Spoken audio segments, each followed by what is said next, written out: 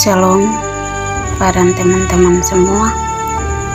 Kami dari kelompok 3 akan menyampaikan hasil diskusi kami.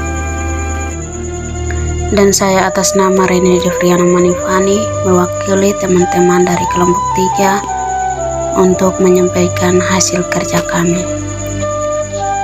Dan materi yang kami bahas yaitu belajar dan mengajar dalam perspektif psikologi, gangguan perilaku kesehatan belajar, serta masalah kesulitan belajar. Pengertian belajar dan mengajar dalam perspektif psikologi.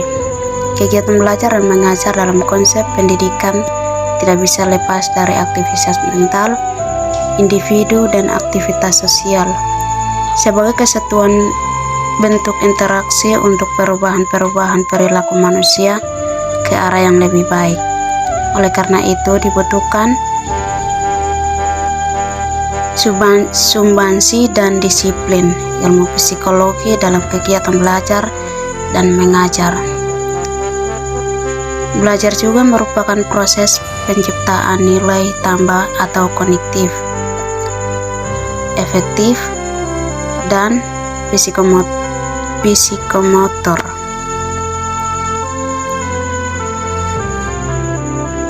Penambahan dalam mengajar, guru harus memiliki makna belajar yang akan mempengaruhi tindakannya dalam membimbing siswa untuk belajar. Guru yang memahami belajar hanya sekedar agar murid bisa menghafal, tentu beda cara dalam belajar atau mengajar. Dengan guru yang memahami belajar sebagai suatu perubahan tingkah laku, perubahan perilaku sebagai hasil dari proses pengetahuan melalui pengalaman dan pikiran. Pada prinsip belajar adalah adanya perubahan tingkah laku yang berkesinambungan, yang memiliki tujuan terarah secara positif dan rasional. A. Belajar dalam titikan psikologis. Dalam titikan psikologi dibagi menjadi 3 bagian, yaitu yang pertama, psikologi belajar.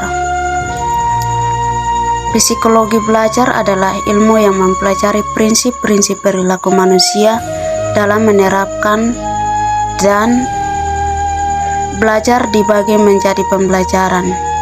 Dengan kata lain, psikologi belajar memberikan kontribusi bagi guru ketika ia menjalankan tugas mengajar di dalam kelas, sehingga tampak pada kinerjanya ketika mengajar dengan mempertimbangkan prinsip psikologi murid. Yang kedua, tujuan pelajaran psikologi belajar antara lain yaitu 1. Membantu para guru dan calon guru agar menjadi lebih bijaksana dalam usahanya membimbing murid dalam proses belajar. Yang kedua, agar para guru dan calon guru dapat menciptakan suatu sistem pendidikan yang efisien dan efektif dengan jalan mempelajari dan menganalisis tingkah laku murid dalam proses pendidikan untuk kemudian mengarahkan proses-proses pendidikan yang berlangsung guna meningkatkan ke arah yang lebih baik. Yang ketiga, fungsi psikologi belajar. Psikologi belajar berfungsi memberikan pemahaman mengenai sifat dan keterkaitan berbagai aspek dalam belajar dan pembelajaran. Dalam hal ini, psikologi belajar mengkaji konsep mengenai aspek perilaku manusia yang terlibat dalam belajar dan pembelajaran, serta lingkungan yang terkait, sebagaimana dijelaskan bahwa perilaku atau siswa-siswi terkait dengan konsep-konsep tentang pengamatan aktivitas prediktif atau inteligensi berpikir positif. Gaya belajar individu secara definisi yaitu pola perkembangan individu. Yang B, beberapa pendekatan dalam pembelajaran. Pendekatan pembelajaran. Pendekatan pembelajaran adalah ide atau prinsip cara memandang dalam menentukan kegiatan pembelajaran. Pernyataan tersebut senada dengan Rusmana pada tahun 2018 yang berpendapat bahwa pendekatan pembelajaran adalah tahap pertama pembentukan suatu ide dalam memandang dan menentukan objek kajian. Yang pertama, ciri-ciri pendekatan pembelajaran.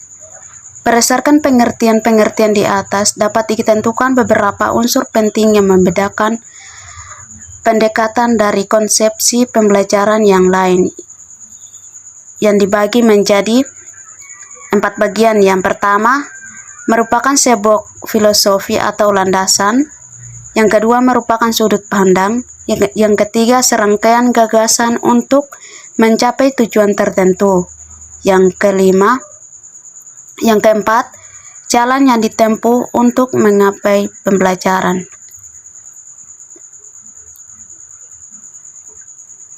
Yang kedua, jenis pendekatan pembelajaran. Pendekatan dalam pembelajaran secara garis besar dapat dibagi menjadi 2 jenis, yaitu teater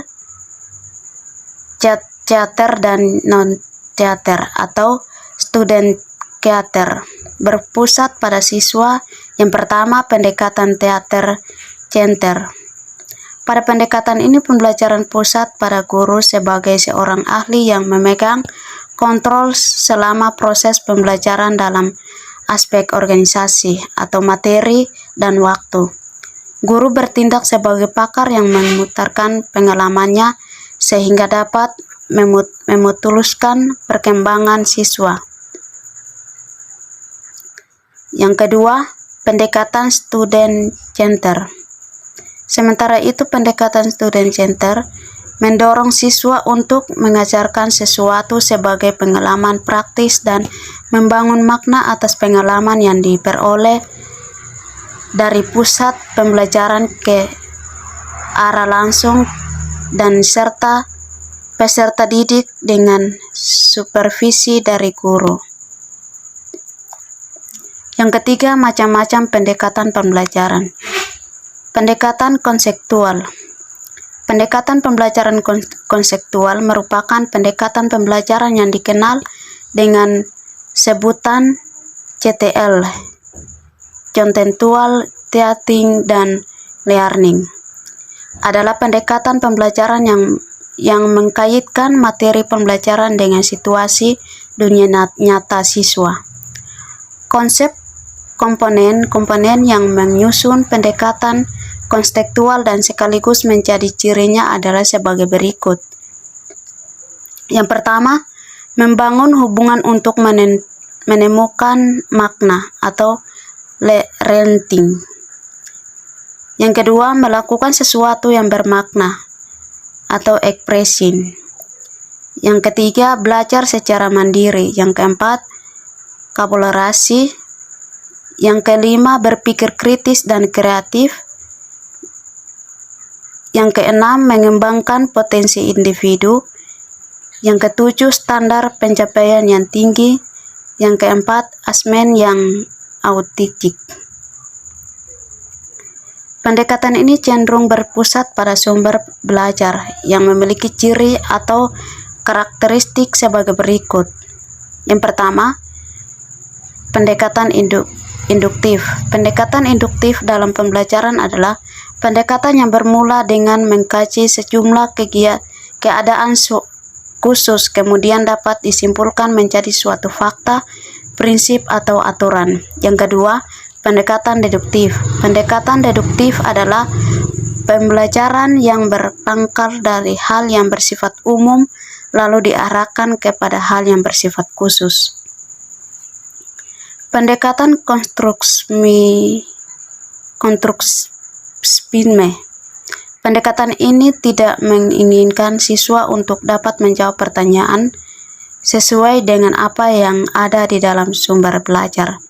Guru tidak akan sederhana mengatakan bahwa jawaban dari siswa benar atau salah, namun justru lebih mengutamakan perkembangan daya kritis siswa dalam menyikapi berbagai opsi jawaban yang ada.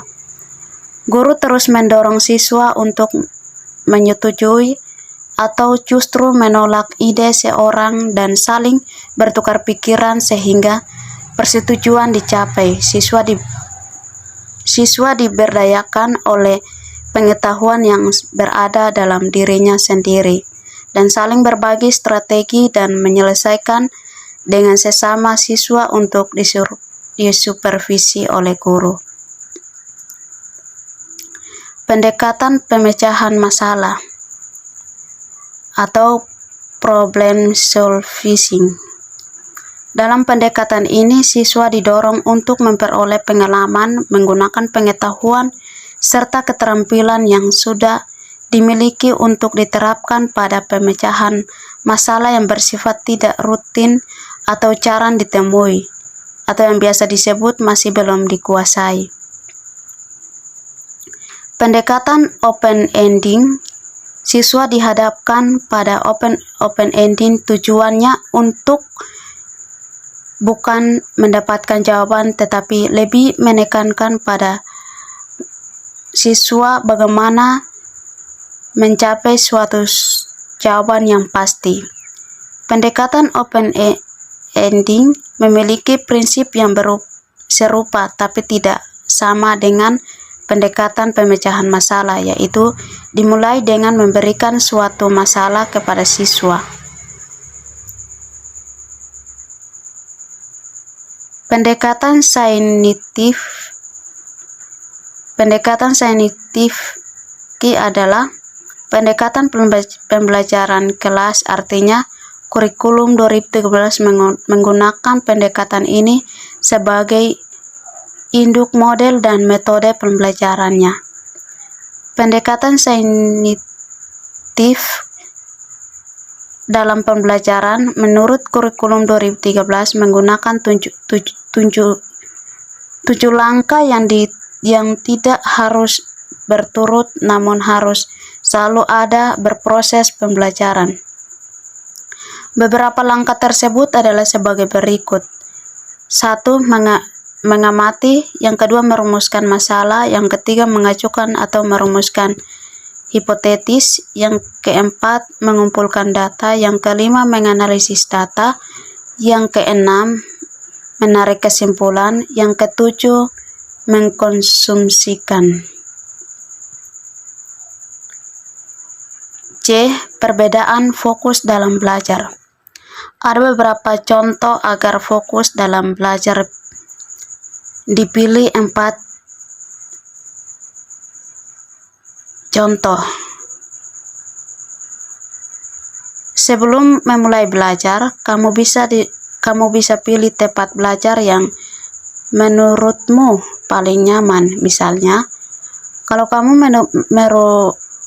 kamu merupakan tipe yang gampang terdistraksi, kamu bisa pilih tempat-tempat yang jauh dari gangguan seperti dalam kamar.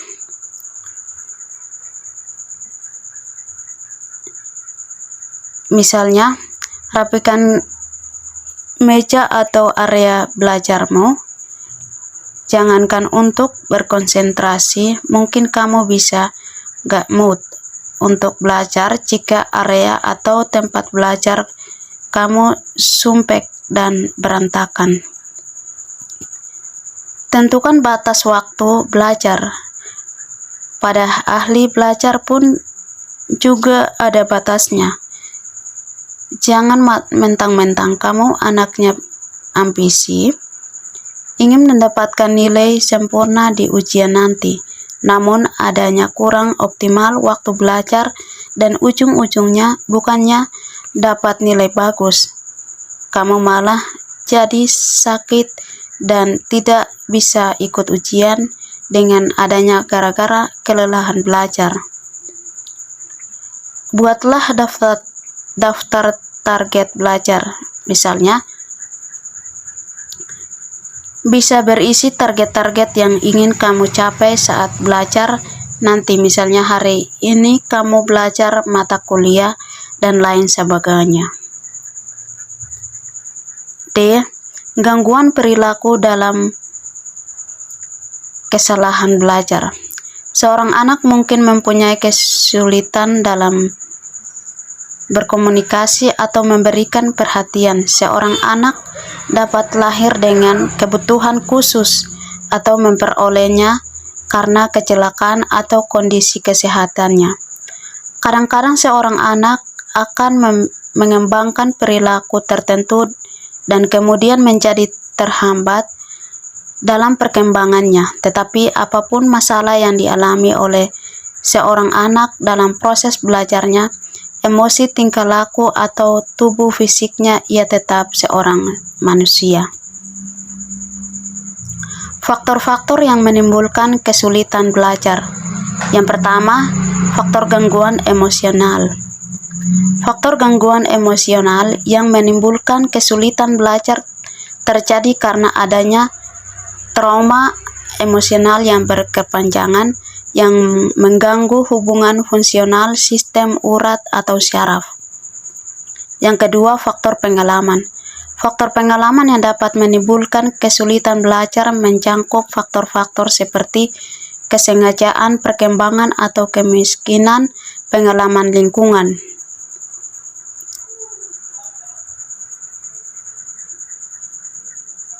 Yang berikut karakteristik anak berkesulitan belajar.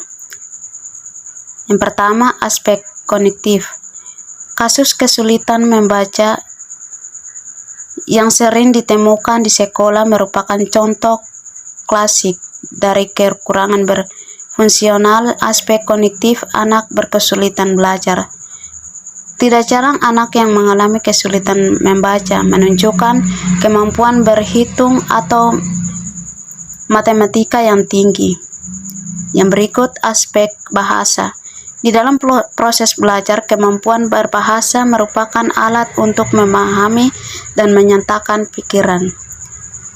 Yang ketiga, aspek motorik. Masalah motorik merupakan masalah yang pada umumnya dikaitkan dengan kesulitan belajar. Masalah motorik anak berkesulitan belajar biasanya menyangkut keterampilan motorik spiritual yang diperlukan untuk mengembangkan keterampilan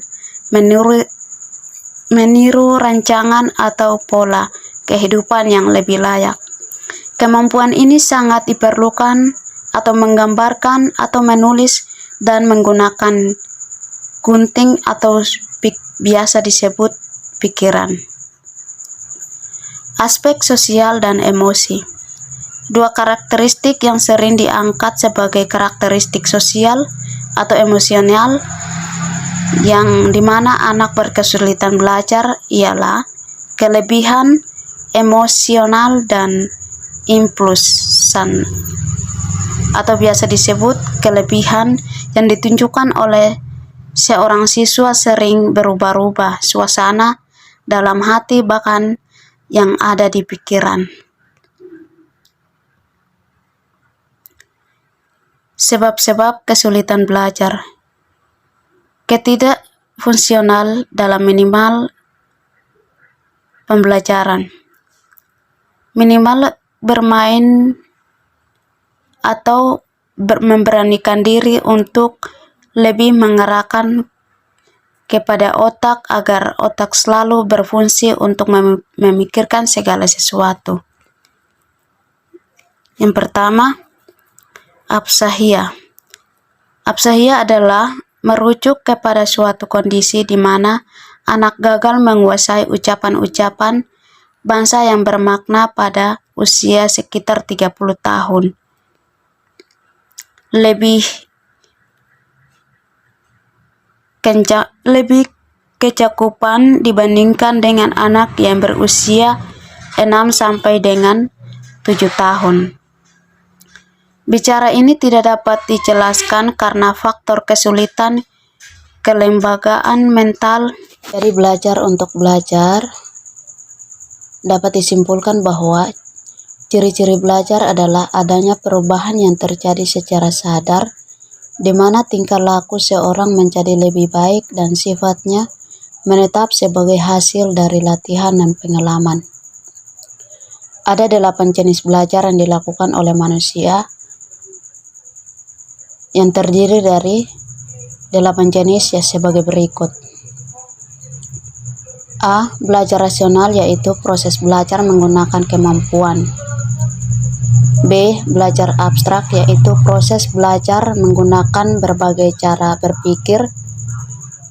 C. Belajar keterampilan, yaitu proses belajar menggunakan kemampuan gerak motorik. D. Belajar sosial, yaitu proses belajar memahami berbagai masalah dan cara menyelesaikan masalah tersebut. E. Belajar kebiasaan, yaitu proses pembentukan atau perbaikan kebiasaan ke arah yang lebih baik. F. Belajar memecahkan masalah, yaitu belajar berpikir sistematif, teratur, dan teliti. G. Belajar apresiasi, yaitu belajar kemampuan dalam mempertimbangkan arti atau nilai suatu objek sehingga individu dapat dihargai sebagai objek tertentu. H. Belajar pengetahuan, yaitu proses belajar berbagai pengetahuan baru secara terencana untuk menguasai materi pembelajaran.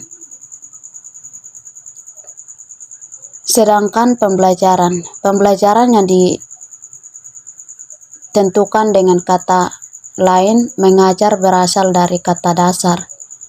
Ajar yang berarti petunjuk yang diberikan kepada orang supaya diketahui atau dituruti, ditambah dengan awalan dan pen dan n. Artinya menjadi pembelajaran yang berarti proses perbuatan cara mengajar atau mengajarkan sehingga anak didik mau belajar.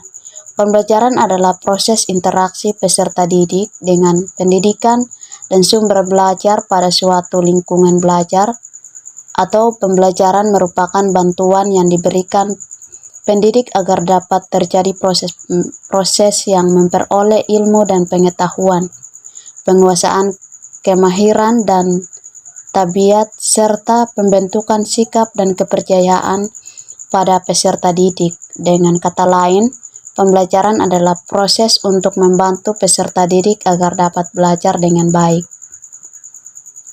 G. Pengertian kesulitan belajar. Kesulitan belajar atau learning stability adalah kondisi yang dialami oleh siswa yang ditandai adanya hambatan-hambatan tertentu dalam menerima dan menerapkan pembelajaran yang disebabkan oleh banyak faktor, bukan hanya masalah instruksional atau keegoisan saja, tetapi bisa juga merujuk pada masalah psikologis sehingga siswa mengalami kesulitan dalam aktivitas mendengarkan, berbicara, membaca, menulis, dan menalar atau menghitung. Ada jenis-jenis kesulitan belajar. Kesulitan belajar yang berhubungan dengan perkembangan, development, learning, atau stabilitas. Kesulitan ini mencangkup gangguan perhatian, ingatan, motorik, dan ekspresi, bahasa, dan berpikir. Kesulitan belajar atau akademik learning yang mencangkup kesulitan membaca dan sulit berhitung, atau dalam hal bahwa sulit menghitung matematika. Faktor penyebab kesulitan belajar. Faktor internal siswa. Sikap terhadap belajar.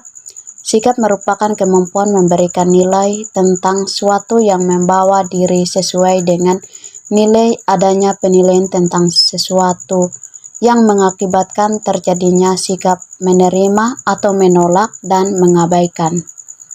Motivasi belajar. Motivasi belajar merupakan kekuatan mental yang mendorong terjadinya proses belajar.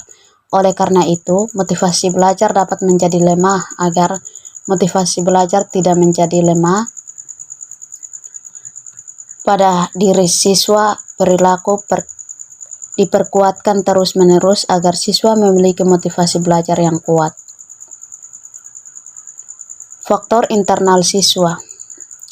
Guru sebagai pembina siswa belajar. Guru adalah pengajar yang mendidik.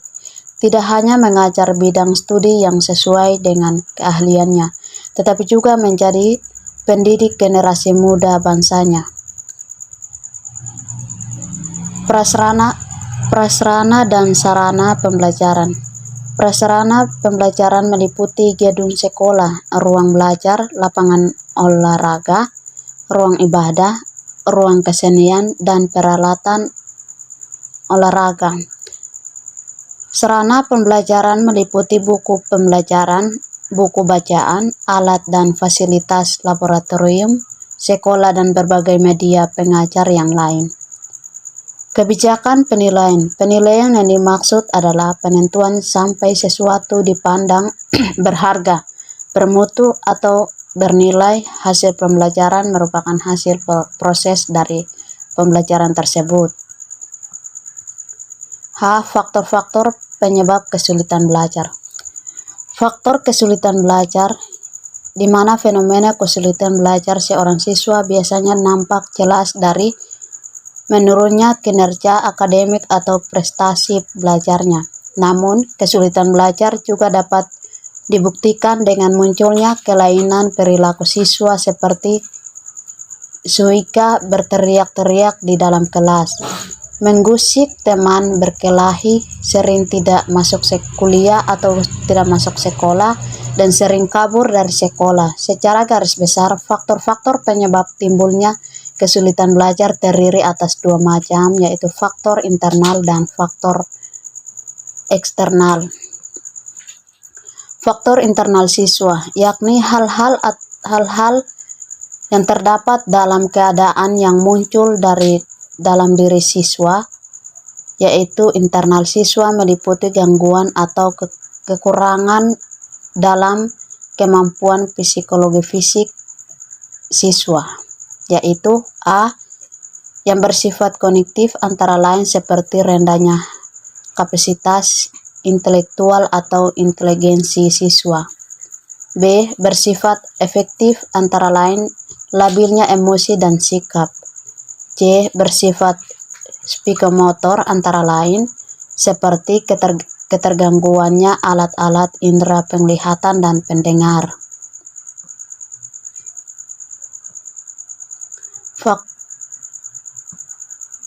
Faktor internal siswa.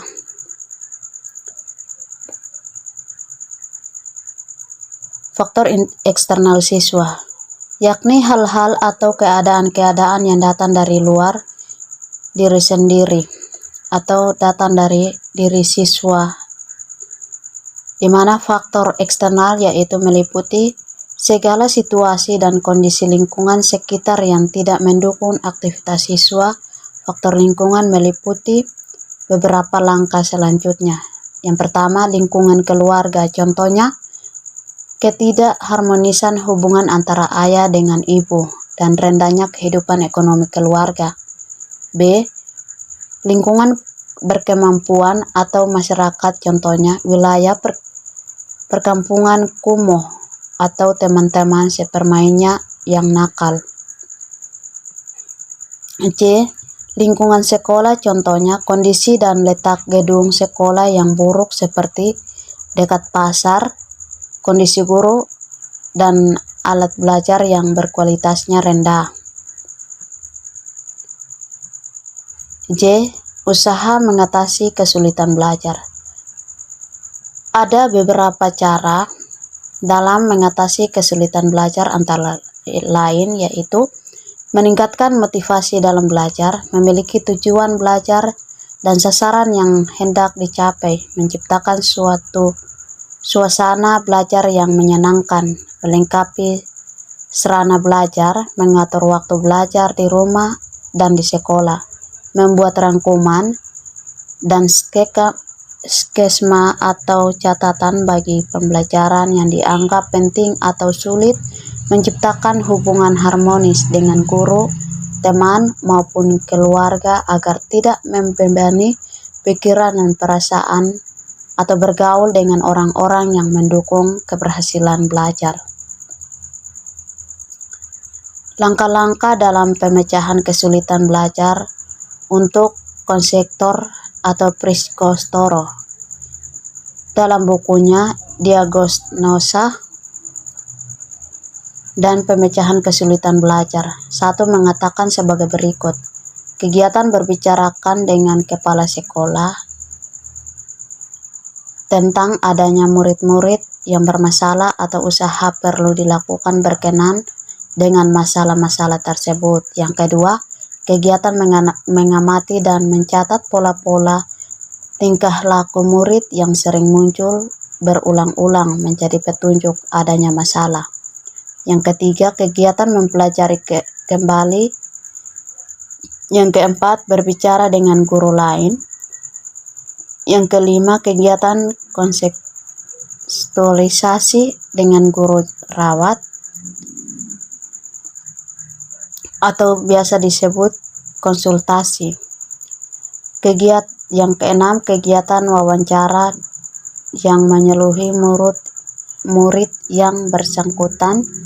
Yang ketujuh, kegiatan jika perlu melakukan referensial atau referensi